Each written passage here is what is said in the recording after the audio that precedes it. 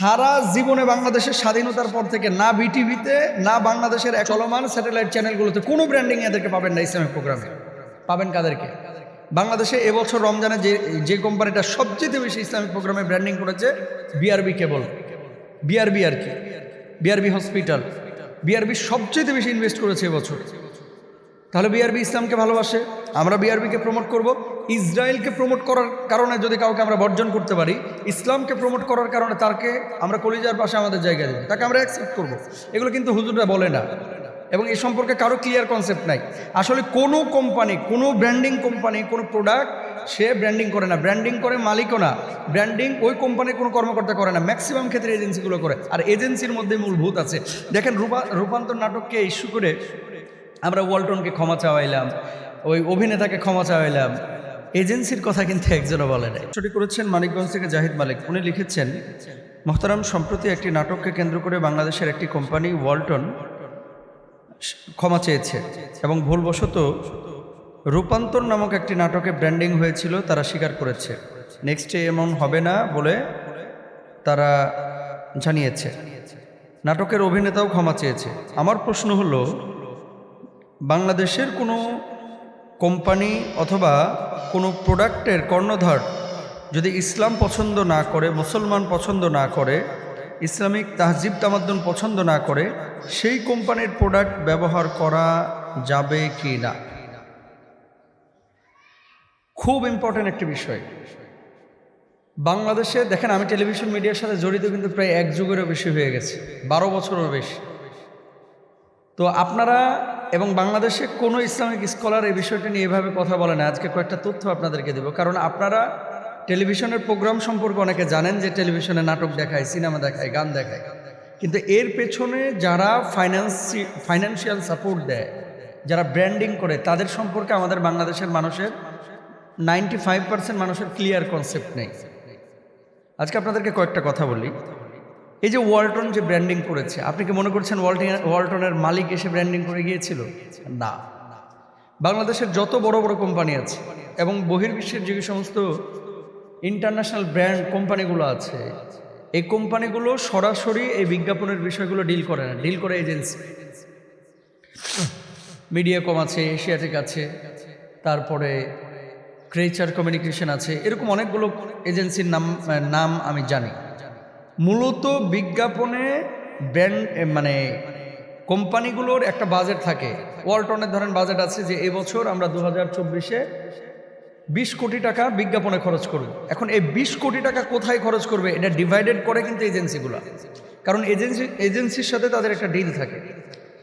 2 নম্বর আরেকটা বিষয় আপনি দেখেন, বাংলাদেশে কিছু কোম্পানি পাবেন যে কোম্পানিগুলো রমজানে যে আমাদের হিফজুল কোরআন প্রতিযোগিতা হয়, হিফজুল হাদিস প্রতিযোগিতা হয়, ইসলামিক বিভিন্ন টকশো হয়, এই টকশোগুলোতে তারা ধারাবাহিকভাবে ইনভলভ থাকে। এমন কিছু কোম্পানি পাবেন যে কোম্পানিগুলোকে আমাদের কোম্পানি মনে করি, যে বাংলাদেশের কোম্পানি মনে করি, কিন্তু এদেরকে কখনো আপনি ইসলামিক প্রোগ্রামে পাবেন না। কিন্তু এমন প্রোগ্রাম, যে সমস্ত প্রোগ্রামগুলোর কারণে মুসলমানদের হৃদয় রক্তক্ষরণ হয়, এই সমস্ত প্রোগ্রামে আবার এরা ব্র্যান্ডিং করে। আচ্ছা, কারা ব্র্যান্ডিং করে না, আমি যদি এখানে সরাসরি নাম বলি নেগেটিভ মার্কেটিং হবে, আমি সেটা বলতে যাচ্ছি না। কিন্তু কারা ব্র্যান্ডিং করে ইসলামিক প্রোগ্রামগুলো, আমি উল্লেখযোগ্য কয়েকটি কোম্পানির নাম বলতেছি। তার আগে শোনেন, 20 কোটি টাকা যদি ওয়ালটনের বাজেট হয়, ট্রান আরএফএলের বাজেট হয়, তারপরে মনে করেন আকিজ গ্রুপের বাজেট হয় যে 20 কোটি, কারো 30 কোটি, এরা এজেন্সিগুলোকে বলে যে ভালো ভালো প্রোগ্রামগুলোতে আপনারা এই আমাদের মানে প্রমোশনের জন্য, বিজ্ঞাপনের জন্য ভালো ভালো প্রোগ্রামগুলোকে আপনারা ইনভেস্ট করেন এবং টাকা দেন, ব্র্যান্ডিং নেন, পাওয়ার বাই নেন, কো স্পন্সর নেন, অথবা টিভিসি মানে ছোট বিজ্ঞাপন চালান। কিছু এজেন্সির যারা কর্ণধর, যারা দায়িত্বশীল, যারা ব্র্যান্ড ম্যানেজার অথবা যারা পাবলিক কমিউনিকেশন নিয়ে কাজ করে, এরা হচ্ছে হে বটবৃক্ষ টাইপের লোক। হে বটবৃক্ষ, আপনি বলবেন এটা আবার কেমন? মানে এর মধ্যে আছে যারা স্রষ্টাকে বিশ্বাসী করে না, অথচ এরকম বড় পদে আছে। এই সমস্ত লোকগুলো দেখেন, ওয়ালটনের মালিক মুসলিম, এবং আমি চিনি ওনাকে, মারা গিয়েছে, আল্লাহ জান্নাত নসিব করুক। দাড়ি ছিল, তার টুপি ছিল, একজন ধর্মপ্রাণ মুসলমান। এরকম অসংখ্য কোম্পানির মালিকগুলো, আকিজ গ্রুপ একটা মানে আপনারা সকলেই জানেন বাংলাদেশের একটা প্রসিদ্ধ গ্রুপ অফ ইন্ডাস্ট্রিজ এবং তাদের অনেক প্রোডাক্ট আছে। তো তাদের পারিবারিকভাবে আমরা জানি যে সবাই নামাজ পড়ে। তো এখন এই আকিজ গ্রুপ যখন কোনো ব্র্যান্ডিং কোম্পানিকে টাকাটা দিচ্ছে, মূল ভূত কিন্তু ওই ব্র্যান্ডিং কোম্পানির মধ্যে বসে আছে, বিশেষ করে এই এজেন্সিগুলোর মধ্যে। কারণ কোনো কোম্পানির মালিক এই ব্র্যান্ডিংয়ের টাকা নিয়ে মনে করেন আরেকজন কোম্পানির কাছে দিয়ে আসে না, অথবা কোন প্রোগ্রামে ব্র্যান্ডিং করতে হবে এত টাইম কোম্পানিওয়ালাদের নাই। কিন্তু এই ঘটনাগুলো ঘটায় মূলত হচ্ছে এজেন্সিগুলো। আপনাদের কাছে একটা কথা বলবো, ইসলামিক প্রোগ্রামে যারা ব্র্যান্ডিং করে এ সমস্ত কোম্পানিগুলো সাধারণত ইসলামকে পছন্দ করে। এমন কিছু কোম্পানি আজকে নাম বললে আমি বলতে পারবো, আপনারা বুঝে নিন। সারা জীবনে বাংলাদেশের স্বাধীনতার পর থেকে না বিটিভিতে না বাংলাদেশের চলমান স্যাটেলাইট চ্যানেলগুলোতে কোনো ব্র্যান্ডিং এদেরকে পাবেন না। ইসলামিক প্রোগ্রামে পাবেন কাদেরকে? বাংলাদেশে এবছর রমজানে যে কোম্পানিটা সবচেয়ে বেশি ইসলামিক প্রোগ্রামে ব্র্যান্ডিং করেছে, বিআরবি কেবল, বিআরবি আর কি, বিআরবি হসপিটাল, বিআরবি সবচেয়ে বেশি ইনভেস্ট করেছে এবছর। তাহলে বিআরবি ইসলামকে ভালোবাসে, আমরা বিআরবিকে প্রমোট করব। ইসরায়েলকে প্রমোট করার কারণে যদি কাউকে আমরা বর্জন করতে পারি, ইসলামকে প্রমোট করার কারণে তাকে আমরা কলিজার পাশে আমাদের জায়গা দেবো, তাকে আমরা অ্যাকসেপ্ট করব। এগুলো কিন্তু হুজুররা বলে না, এবং এই সম্পর্কে কারো ক্লিয়ার কনসেপ্ট নাই। আসলে কোনো কোম্পানি, কোনো ব্র্যান্ডিং কোম্পানি, কোনো প্রোডাক্ট সে ব্র্যান্ডিং করে না, ব্র্যান্ডিং করে মালিকও না, ব্র্যান্ডিং ওই কোম্পানির কোনো কর্মকর্তা করে না, ম্যাক্সিমাম ক্ষেত্রে এজেন্সিগুলো করে। আর এজেন্সির মধ্যে মূলভূত আছে। দেখেন রূপান্তর নাটককে ইস্যু করে আমরা ওয়ালটনকে ক্ষমা চাওয়াইলাম, ওই অভিনেতাকে ক্ষমা চাওয়াইলাম, এজেন্সির কথা কিন্তু একজনও বলে নাই। মূল ঘটনা আকামটা করছে কিন্তু এজেন্সিগুলো। আমরা দাবি করি এই এজেন্সিকে আইনের আওতায় নিয়ে এসে বিচার করা উচিত।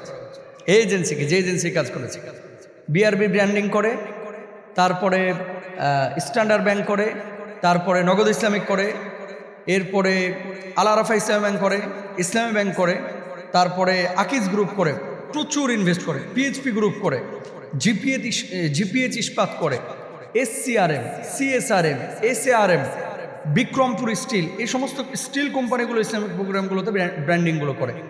তারপরে আপনার এবছর আমি প্রথম দেখলাম যে ইন্টারন্যাশনাল কোনো আপনার ব্র্যান্ড যেটা ইসলামিক প্রোগ্রামে ব্র্যান্ডিং করেছে, সম্ভবত লাইফ বয়।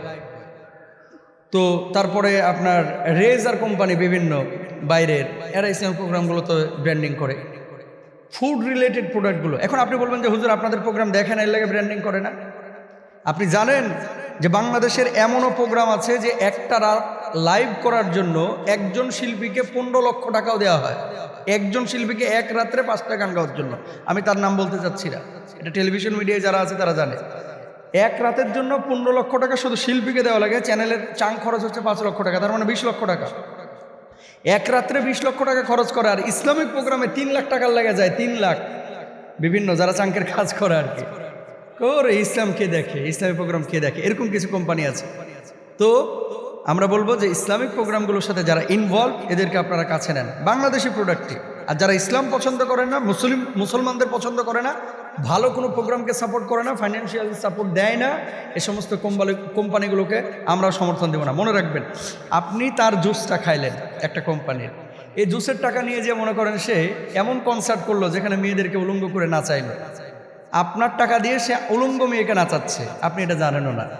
তাহলে যে কোম্পানিগুলো এরকম উলঙ্গ মেয়েদেরকে নাচাবে, যে কোম্পানিগুলো এরকম হাইওয়ানগুলোকে, মানে লজ্জাশীল যারা না, যারা বেহায়া, নির্লজ্জ, যারা পতিতাবৃত্তির মতো এই ধরনের কাজগুলোকে প্রমোট করে, এই ধরনের কোনো জায়গায় যারা সাপোর্ট করবে আমরা তাদেরকে বয়কট করব।